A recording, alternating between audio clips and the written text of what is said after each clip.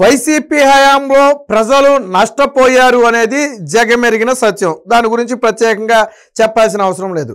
మరి ఎంత నష్టపోయారు అనేది ఇప్పుడు గాన ఒకసారి మనం లెక్కలతో బయటకు తీస్తే, ముఖ్యంగా కేంద్ర ప్రభుత్వం, సరే జగన్మోహన్ రెడ్డి అంటే ఆదాయం సృష్టించలేదు, అప్పులు చేసుకుంటూ పాపం గడుపుతున్నాడు, ఓకే.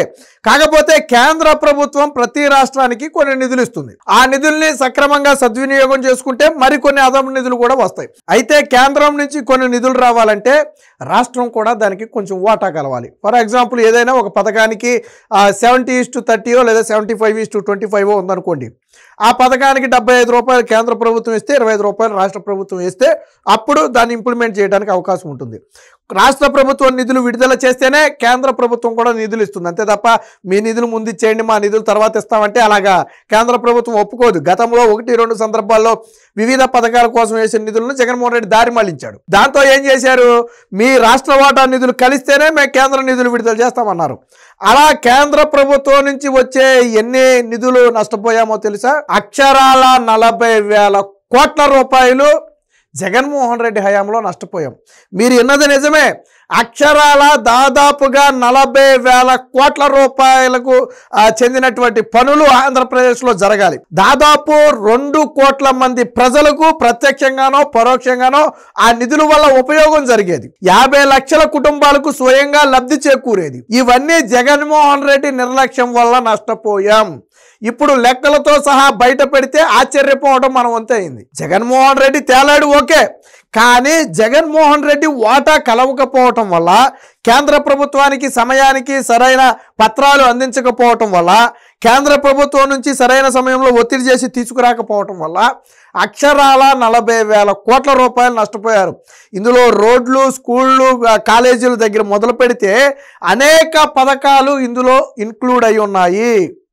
జగన్మోహన్ రెడ్డి హయాంలో ఎలాగా రోడ్లు లేరా, కానీ కేంద్ర ప్రభుత్వం రోడ్లకు నిధులు ఇస్తుంది.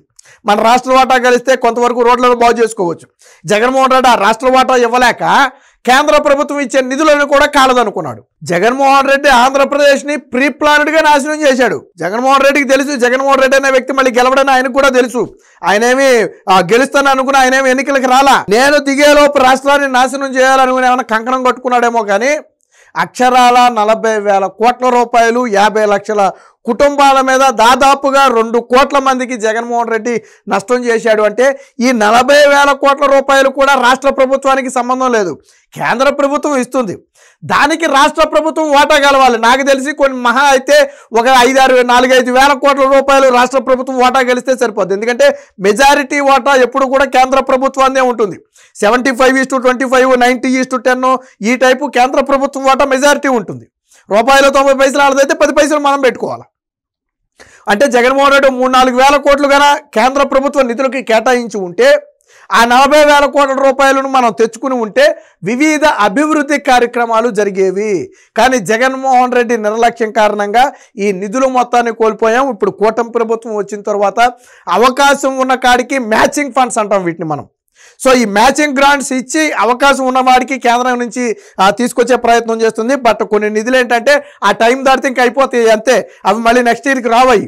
సో మళ్ళీ కొత్తగా రావటమే. జగన్మోహన్ రెడ్డి నిర్లక్ష్యం ఖరీదు 40,000 కోట్ల రూపాయలు. దేనిలో ఎంత నష్టపోయామనేది కూడా స్పష్టంగా ఒక ఆర్టికల్ రూపంలో వచ్చింది. ఒకసారి చూద్దాం. ఇదిగోండి, జగన్ జమానాలో కేంద్ర పథకాల విధ్వంసం విలువ 39,642 కోట్లు. నష్టపోయిన ప్రజలు 1.83 కోట్ల ప్రజల పైమాటే. భూసార కార్డుల నుంచి వైద్య కళాశాలల మౌలిక నిర్మాణం, మౌలిక సౌకర్యాల కల్పన వరకు వైఫల్యమే. ఎస్సీ, ఎస్టీ, బీసీ, ఈబీసీ, శిశువులు, రైతులు, మహిళలు అంతా బాధితులే. కొంతేమో తీసుకురాలేదు, కొంతేమో పక్కదారి పట్టించాడు నిధుల్ని. అంటే మౌలిక సదుపాయాల కల్పన కోసం వచ్చిన నిధులను కూడా సంక్షేమ పథకాలకు మళ్ళిస్తే మౌలిక సదుపాయాల అభివృద్ధి జరగకుండా డెవలప్మెంట్ అనేది ఎలా జరుగుద్ది? జగన్మోహన్ రెడ్డి హయాంలో కేంద్ర ప్రభుత్వం ఎందుకు డబ్బులు ఇవ్వడానికి భయపడేదంటే అందుకే భయపడేది. కొన్నిటికేమో మ్యాచింగ్ గ్రాంట్స్ ఇచ్చేవాడు కాదు డబ్బులు ఇమ్మంటే. సో దాని విలువ ఇది. ఇక్కడ చూడండి, ఒక ఫోటో రూపంలో చూపించారు చూడండి. ఇక్కడ వాస్తవానికి నిధులు అనేవి మౌలిక సదుపాయాల కల్పనకి వెళ్ళాలి. కానీ ఇక్కడ జగన్మోహన్ రెడ్డి అడ్డం కొట్టి, మేకులు అడ్డం కొట్టి అయితే తన ఖాతాలోకో లేదా సంక్షేమ పథకాల ఖాతాలోకో మళ్లించాడు. దానికి సంబంధించిన ఒక ఫోటో రూపంలో చెప్పారు చూడండి. చూడండి సింపుల్గా 5 ఏళ్లలో కేంద్ర ప్రాయోజిత పథకాలు వినియోగించుకోలేకపోయింది అక్షరాల 39,642 కోట్లు. ఇందులో లబ్ధిదారులకు ఉపయోగపడాల్సిన నిధుల విలువ 8,556 అంటే డైరెక్ట్గా లబ్ధిదారుల ఖాతాల్లో పడే అమౌంట్ మొత్తంగా ఇది. ఇక అభివృద్ధి మౌలిక సదుపాయాల కల్పన కోసం అంటే రోడ్లు, బిల్డింగ్లు, స్కూల్స్, హాస్పిటల్స్ ఇలా వాటి కోసం కేంద్ర ప్రభుత్వం ఇచ్చే నిధులు ఎంత నష్టపోయామంటే 21,015 కోట్లు నష్టపోయాం. కేంద్ర నిధులను రాష్ట్రం వేరే అవసరాలకు 10,171 కోట్లను కేంద్రం ఇస్తే దాన్ని అసలు పర్పస్ కాకుండా సంక్షేమ పథకాల రూపంలోకి జగన్మోహన్ రెడ్డి దారి మళ్లించాడు. సో అవి 10,171 కోట్లు. వివిధ పథకాల ప్రయోజనాలు అందక నష్టపోయిన మొత్తం లబ్ధిదారుల సంఖ్య అంటే కేంద్ర ప్రభుత్వం నుంచి నష్టపోయిన ఈ 40,000 కోట్ల రూపాయల వల్ల వివిధ పథకాల వల్ల ప్రజలకు దాదాపుగా 56,47,000 మంది డైరెక్ట్గా లబ్ధిదారులు నష్టపోయారు. అంటే వీళ్ళందరికీ రూపాయో ₹1 ఆ నిధులు వస్తే అందేవి. కానీ జగన్మోహన్ రెడ్డి హయాంలో రాకపోవటం వల్ల దాదాపుగా 56,47,000 మంది నష్టపోయారు. దాంతోపాటు అభివృద్ధి మౌలిక సదుపాయాలు కల్పించకపోవడంతో నష్టపోయిన కుటుంబాలు అంటే నేను చెప్పినట్టుగా రోడ్లు కానివ్వండి, ఆ డ్రైనేజీలు కానివ్వండి, లేదా ఇంకోటి కానివ్వండి, సెంట్రల్ గవర్నమెంట్ ఫండ్స్ ఆగిపోవటం వల్ల దాదాపుగా ఆ ప్రభావం ఎన్ని కుటుంబాల మీద పడిందంటే 42 లక్షల కుటుంబాల మీద పడింది. 42 లక్షల కుటుంబాల మీద అంటే దాదాపు 2 కోట్ల మంది అని ఇందాకే చెప్పుకున్నాం కదా, 42 లక్షల కుటుంబాల మీద పడింది. సో జగన్మోహన్ రెడ్డి చేసిన విధ్వంసం ఖరీదు ఇప్పుడు మనం మాట్లాడుకున్నది. వైసీపీ హయాంలో పూర్తిగా ఎందుకు ప్రజలు తీవ్ర అసహనం మీకు గుర్తుంది కదా, పంచాయతీల్లో బ్లీచింగ్ చేయడానికి డబ్బులు లేవు. ఎందుకని వచ్చిన పంచాయతీ నిధులు జగన్ గారు మళ్లించేశారు కదా. మరి అదే పంచాయతీ నిధులు పంచాయతీలకు సక్రమంగా వాడుంటే ఒక డ్రైనేజీ వ్యవస్థ కానివ్వండి, పంచాయతీ రోడ్లు కానివ్వండి, లేదా వాటర్ సిస్టమ్ కానివ్వండి ఎంత సక్రమంగా ఉండేది, ప్రజలకు ఇబ్బంది లేకుండా ఉండేది కదా. కానీ జగన్మోహన్ రెడ్డి చేసిన పాపం అలాంటిది. దేనికి ఎంత చేశాడు అనేది కూడా మనం ఒకసారి చూద్దాం, వివరంగా ఇచ్చారు.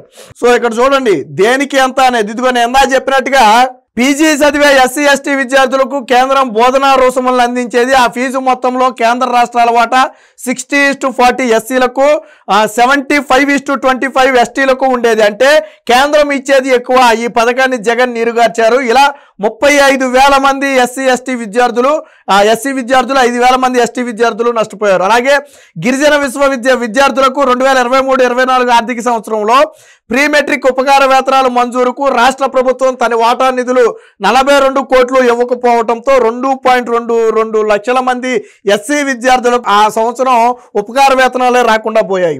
అంతేందుకు కేంద్రమే పూర్తి నిధులు ఇచ్చి ఎస్సీ యువతకు స్వయం ఉపాధి కల్పించాలని పథకాన్ని అమలు చేస్తే నిధుల మళ్లింపులో పేరెన్నిక గన్నిన జగన్ 8.79 కోట్ల రూపాయలను ఇతర కార్యక్రమాలకు రాసిచ్చేశారు. అంటే 1 కాదు 2 కాదు ఇలాగా.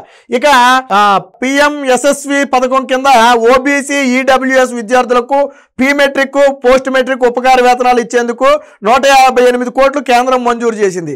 దీనికి రాష్ట్ర ప్రభుత్వం 95 కోట్లు ఇవ్వాలి. కానీ ఎప్పటికప్పుడు ఖజానాను ఖాళీ చేసి అప్పులు సుడిగుండంలోకి వెళ్ళిపోవడమే తప్ప దాని మ్యాచింగ్ గ్రాంట్స్ ఇవ్వలేదు. దానివల్ల నష్టం జరిగింది.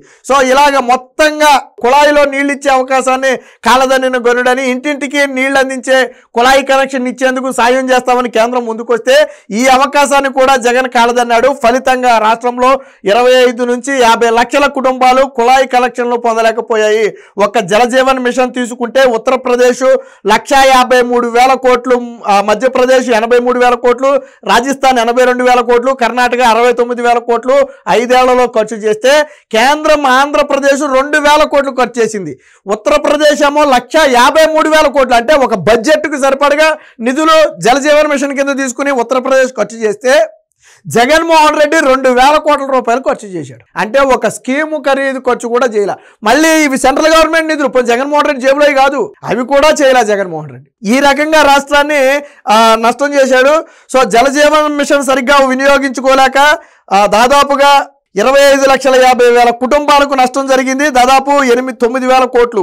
అలాగే సాకి కింద 11 వైద్య కళాశాలలో మౌలిక సదుపాయాలు ఏర్పాటు చేయడం వల్ల ఒక 3,800 కోట్లు నష్టపోయాం. 3 వైద్య కళాశాలలకు 60% కేంద్రం వాటా వినియోగించుకోకపోవడం వల్ల ఒక 918 కోట్లు. అలాగే ప్రభుత్వ ఆసుపత్రుల్లో క్రిటికల్ కేర్ విభాగాల ఏర్పాటుకి ఇచ్చే నిధులు రాబట్టుకోలేకపోవడం వల్ల ఒక 300 కోట్లు. Integrated water shed development programme వినియోగించుకోకపోవడం వల్ల ఒక 333 23 కోట్లు, జాతీయ గ్రామీణ ఉపాధి హామీ పథకాన్ని సరిగ్గా వినియోగించుకోకపోవడం వల్ల ఒక 13 కోట్ల నష్టం, స్వచ్ఛ భారత్ మిషన్ నిధులు సరిగ్గా ఉపయోగించుకోకపోవడం వల్ల దీనికి చెందిన ఒక 754 కోట్ల కష్టం. ఇక అమృత పథకం, అతి కీలకమైనటువంటి అమృత పథకం వినియోగించుకోకపోవడం వల్ల ఒక 2300 కోట్ల నష్టం. ఇవన్నీ కూడా జగన్మోహన్ రెడ్డి చేతగానితనం వల్ల వచ్చిన నష్టం. మొత్తంగా ఈఎస్ఐ ఆసుపత్రులు మెరుగుపరచకపోవడం వల్ల ఒక 616 కోట్లు నష్టం, 15 లక్షల కుటుంబాల మీద దాని ఎఫెక్ట్ పడింది. మొత్తంగా 21,000 కోట్ల రూపాయలు ఆ విధంగా నష్టపోయాం. ఇక గిరిజన ఉప ప్రణాళిక కింద వచ్చే పథకాల సాయం చేసే దాని కింద ఒక 1,50,000 కోట్లు, ఎస్సీ ఎస్టీ విద్యార్థుల బోధనా రుసుములో ఒక 40,000 కోట్లు, అనాథ చిన్నారులకు అంటే లబ్ధిదారులు 40,000 కోట్లు కాదు 40,000 మంది అనాథ చిన్నారులకు ఆర్థిక సాయం ఇవ్వలేకపోవడం వల్ల ఒక 10,000 మంది నష్టపోయారు. వ్యవసాయ యాంత్రీకరణ పథకాన్ని అమలు చేయకపోవడం వల్ల ఒక 2,30,000 మంది, ప్రధానమంత్రి ఫజిల్ బీమా సరిగ్గా అమలు చేయకపోవడం వల్ల ఒక దాదాపుగా 19 లక్షల మంది, అలాగే ఆర్కేవీవై ఆయిల్ పాము సెరికల్చర్ తదితర పథకాలు పొందలేకపోవడం వల్ల 1,50,000 మంది, భూసార కార్డులు జగన్మోహన్ రెడ్డి ఇవ్వకపోవడం వల్ల అత్యధికంగా 15 లక్షల మంది, వ్యవసాయ విస్తరణ పథకం వినియోగించుకోకపోవడం వల్ల ఒక 70,000 మంది, ఇలా మొత్తంగా 56,47,000 మంది లబ్ధిదారులు నష్టపోయారు. ఇక మౌలిక సదుపాయాల నిధులు ఎలా మళ్లించాడంటే ప్రధాన ఆవాస్ యోజన కింద ఇళ్ల నిర్మాణం సరిగ్గా చేపట్టకపోవడం వల్ల ఒక 3,000 కోట్ల నష్టం, దాదాపుగా 1,76,000 కుటుంబాల మీద ప్రభావం పడింది. ఆర్టికల్ 275(1) కింద గిరిజన ప్రాంతాల్లో మౌలిక సదుపాయాల కల్పనకు నిధులు జగన్మోహన్ రెడ్డి రాబట్టుకోలేకపోవడం వల్ల ఒక 136 కోట్ల నష్టం, గిరిజన పరిశోధనా సంస్థలకు ఆర్థిక దుర్వినియోగం వల్ల ఒక 17 కోట్లు, సెంట్రల్ రోడ్ ఇన్ఫ్రాస్ట్రక్చర్ను వాడుకోకపోవడం వల్ల ఒక 250 కోట్లు, 15వ ఆర్థిక సంఘం నిధులు మళ్లించడం వల్ల ఒక 6,585 కోట్లు, మొత్తంగా 10,171 కోట్ల రూపాయల నష్టం. ఇది ఓవరాల్గా జగన్మోహన్ రెడ్డి 5 ఏళ్ల పాలనలో జరిగినటువంటి విధ్వంసం. తాను చెయ్యకపోగా కేంద్ర ప్రభుత్వం నుంచి చేసుకునే అవకాశం ఉన్న జగన్మోహన్ రెడ్డి చేతగానితనంతో ఇంతమంది ప్రజలను జగన్మోహన్ రెడ్డి తీవ్రంగా నష్టపరిచాడు.